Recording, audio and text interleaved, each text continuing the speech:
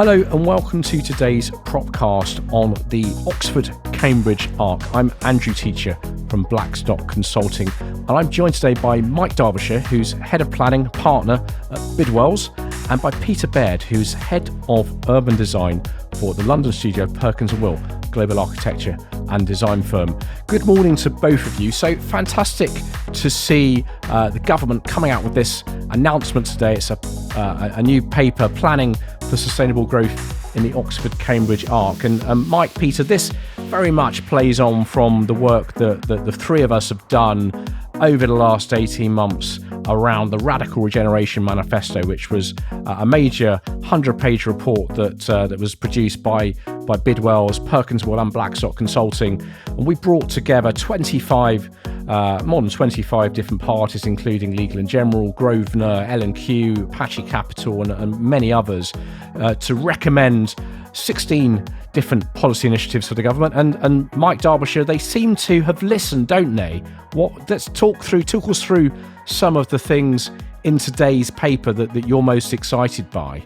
Good morning, Andrew. Wow, haven't they done it? Haven't they done it? All the waiting, and your fear is it's going to be a damp squib. But I have to say, they haven't disappointed. And when people get their teeth into it, I think they're going to be pretty excited, because it is probably one of the most exciting papers that I've read in a 32-year All right, so career. let's cut to the chase. What is it they're suggesting, and why is that good? They first and foremost recognise the potential of the ARC. There's all the politics at play at the moment with post-Brexit world, but they fundamentally recognise the contribution that the ARC between Cambridge and Oxford has made and will make to the future of the UK economy, not just in terms of economic wealth, but they've made it very clear it will be an exemplar of how we start to do planning elsewhere in the UK. Well, I mean, they're great platitudes, Mike, but what is it precisely that we were recommending that the government is now saying they're going to action?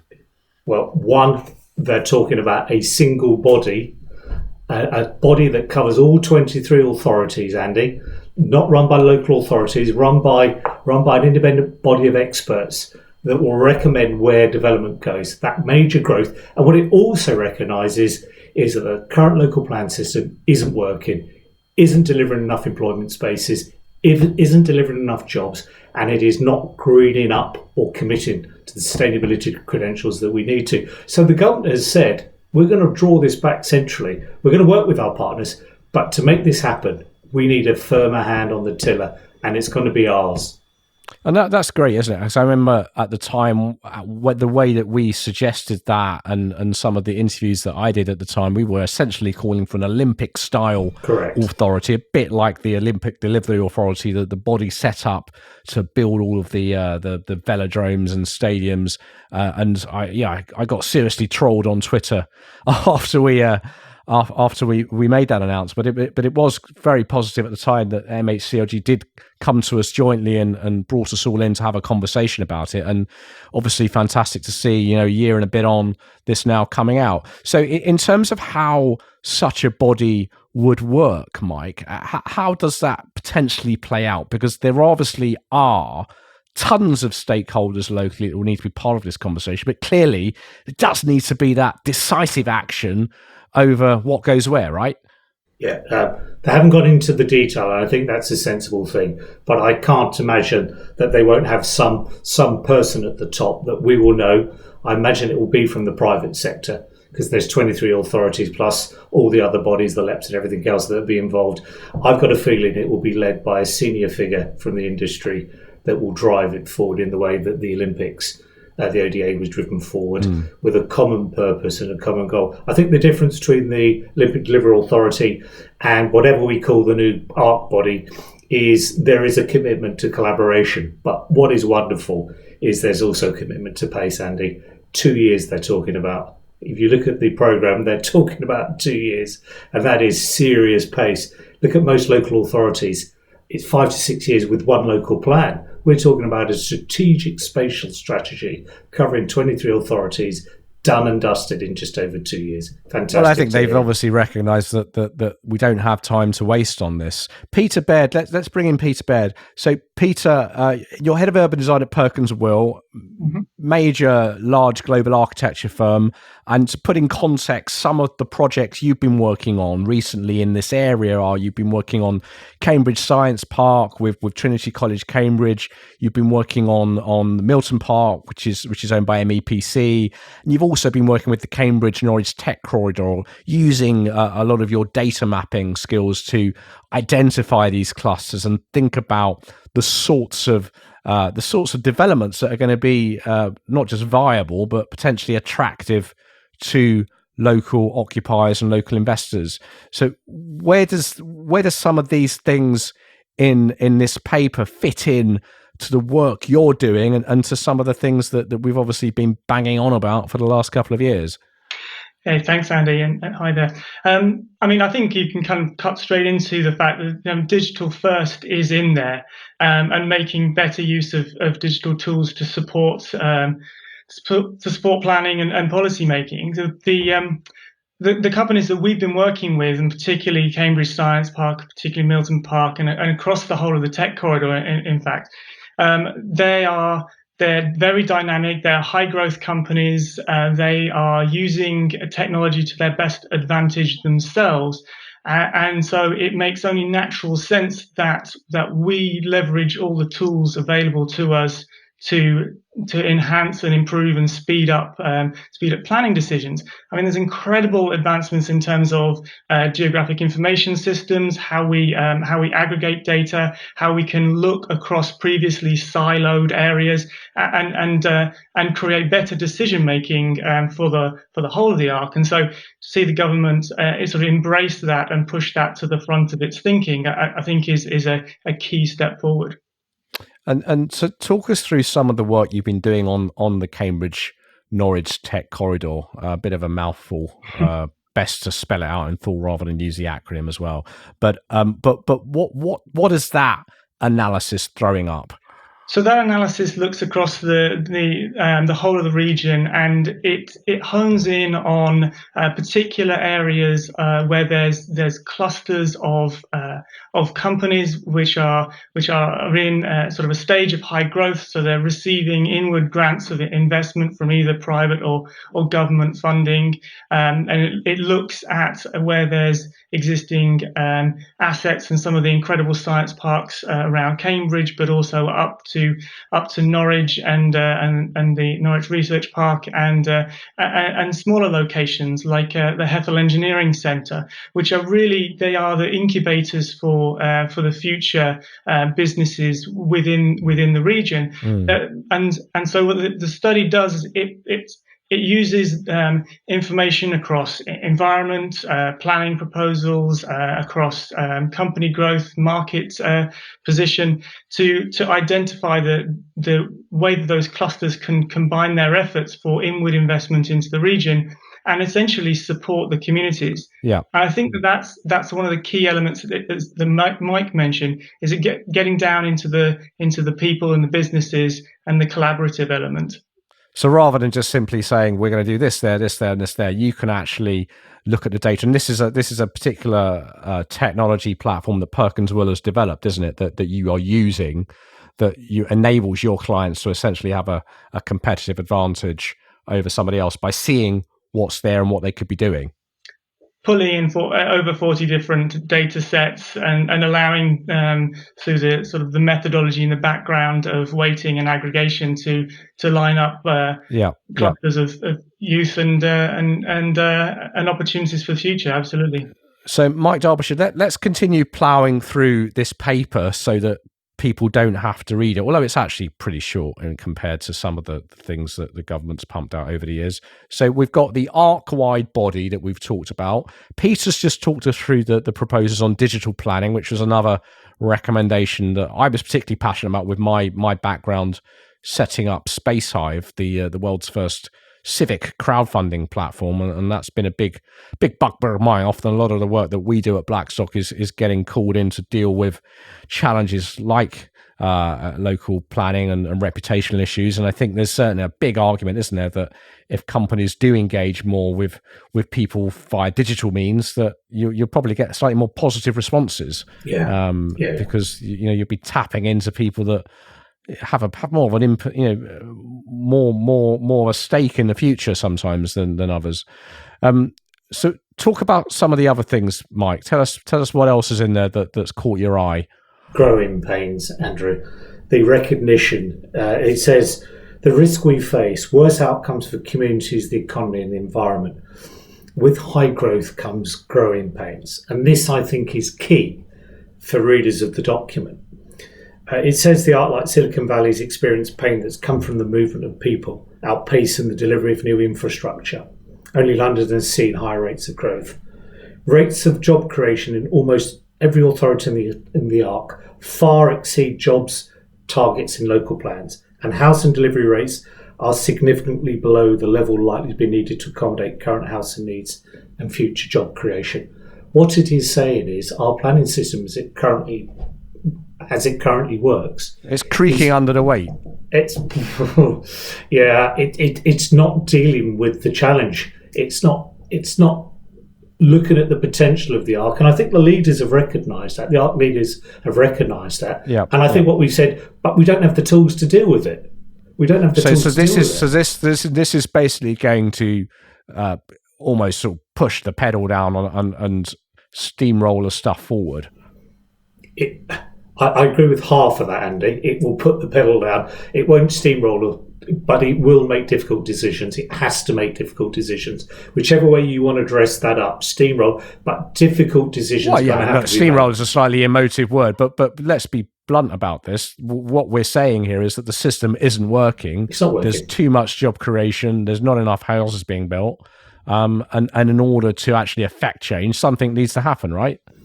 And the environment gets lost in all of this. So as part of the paper, they're saying we'll start to give credit for enhanced biodiversity net gain. If you invest in biodiversity net gain today, you won't be penalised. We'll allow you to use that investment towards future development. So it's one of the first documents that I'm aware of that allows credits to start to be accrued for those landowners that start investing in uplifting their land now to accrue the benefits for developments further down the line. And what does that mean in practice? What credit's a very vague word. Well, if you want to do something that enhances your site at the moment, you won't get any credit for it, because typically the way that biodiversity works at the moment is it has to be linked with your planning application.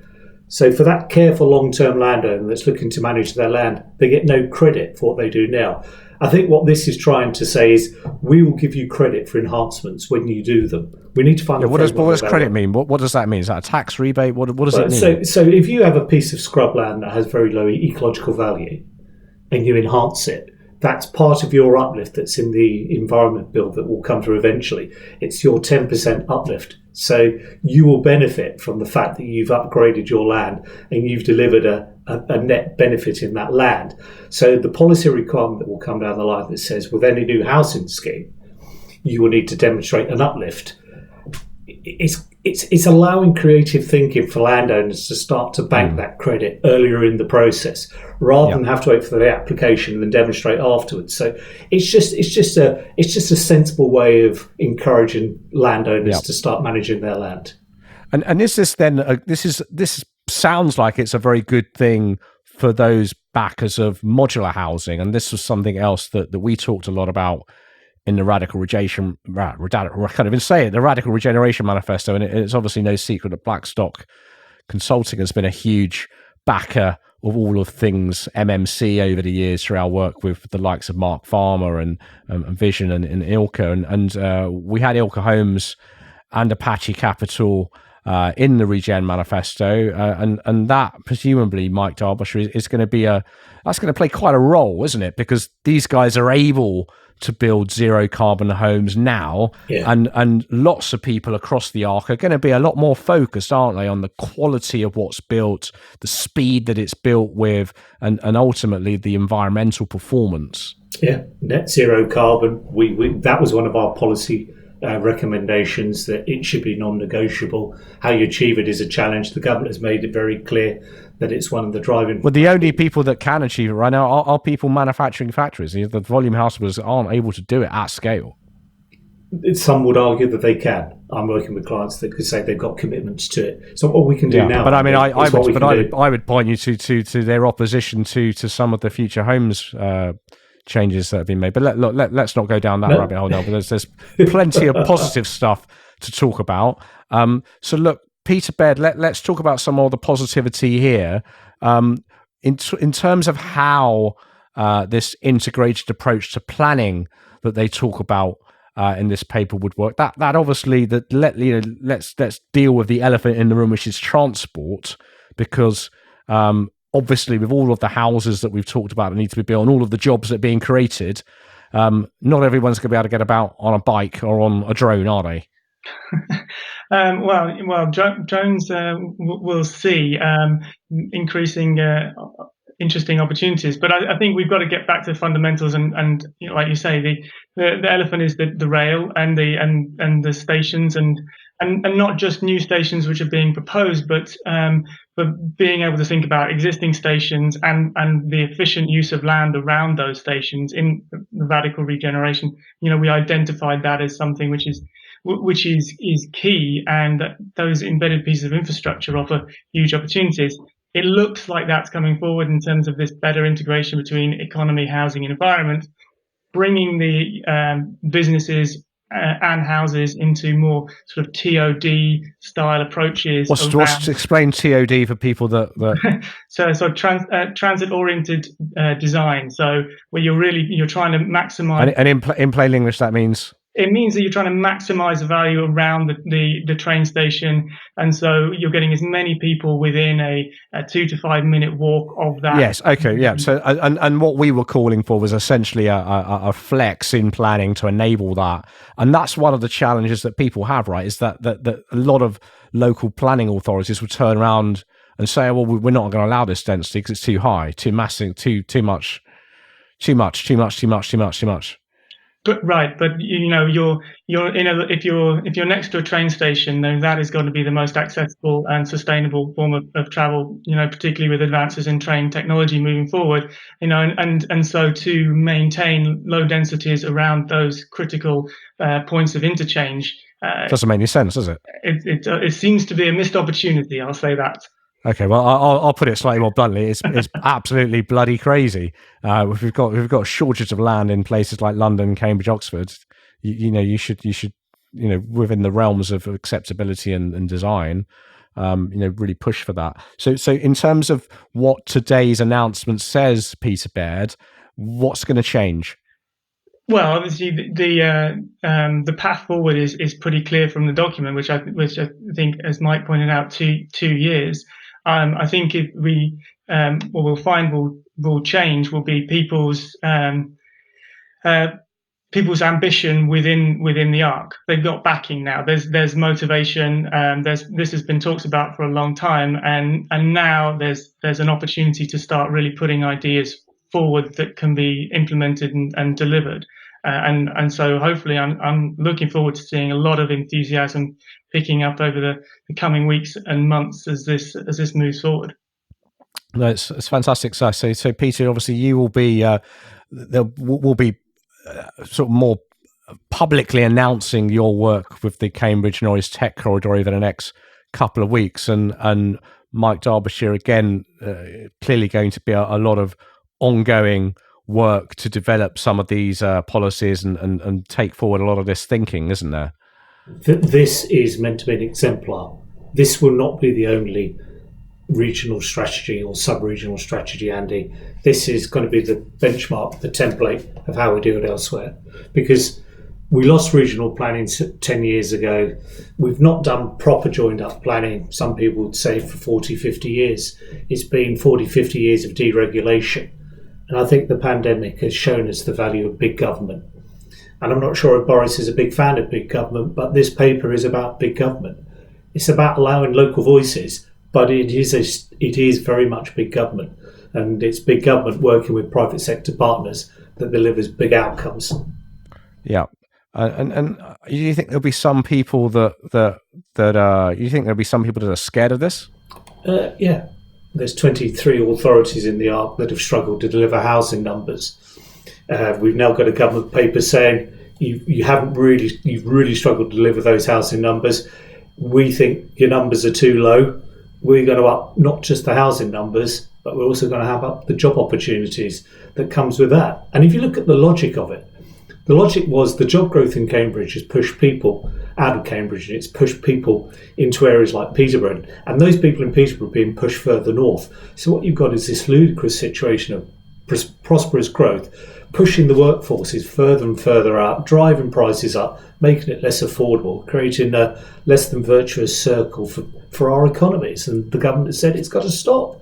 We've got to join these things together. We've got to put houses where the jobs are, and we've got to connect them. We've got to connect them together. And while we're doing it, why don't we green everything up? And what's the opportunity then to spread growth out? Because again, this is one of the other challenges here, is that people will look at this and go, you've got Cambridge and Oxford, two of the richest cities anywhere on the planet, but they're both got hugely polarized communities, particularly in Oxford. Similar to where I live in Islington. You really have got side by side, totally different planets. So what is the opportunity here with this spatial framework to spread growth out, even things out, make it a bit more fair? And if we've got, billions of investment coming into life sciences and tech, as we all three of our organizations keep telling everybody, how do we then spread that out, Mike Derbyshire? Levelling up. I can talk here as a third generation Lutonian, because much to my surprise and delight, Luton is mentioned in the paper along with Northampton and Bedford. And what it's saying is there is an opportunity for this wealth to spread to these others. That it refers to the automotive industry. So Luton, Milton Keynes, these are areas where there's other specialisms that dovetail very nicely. And it is very clear that there is huge polarisation in Cambridge and Oxford, and those cities need to be levelled up themselves. And then it says within the region, you have Milton Keynes, which is the fastest growing city in the UK, you have Oxford, and you have Cambridge, but then you have 5 or 6 other towns that it clearly explicitly identifies will benefit and will be targeted to benefit from this. So the levelling up isn't, as I thought the levelling up agenda was, which was the north and the south. This is being pushed to a more regional level and saying we're going to region up the inequalities in this region, but we're going to focus on this region because the potential for growth within it is huge. Well, look, let's leave it there. Thanks a lot for joining me this morning. Peter Baird from Perkins & Will, Mike Derbyshire from Bidwells, and you can read our Radical Regeneration Manifesto. You can find it online at blackstock.co.uk/RRM, and you can obviously find today's announcement on the MHCLG website. But thanks very much for listening. I've been Andrew Teacher at Blackstock Consulting. Please do send any of your suggestions or trolling to me at the usual address, and you can subscribe to Propcast. Head to Apple, head to Spotify, head to any of your podcast platforms and give it a search, give it a rating. And thanks a lot for listening. See you soon. Bye-bye.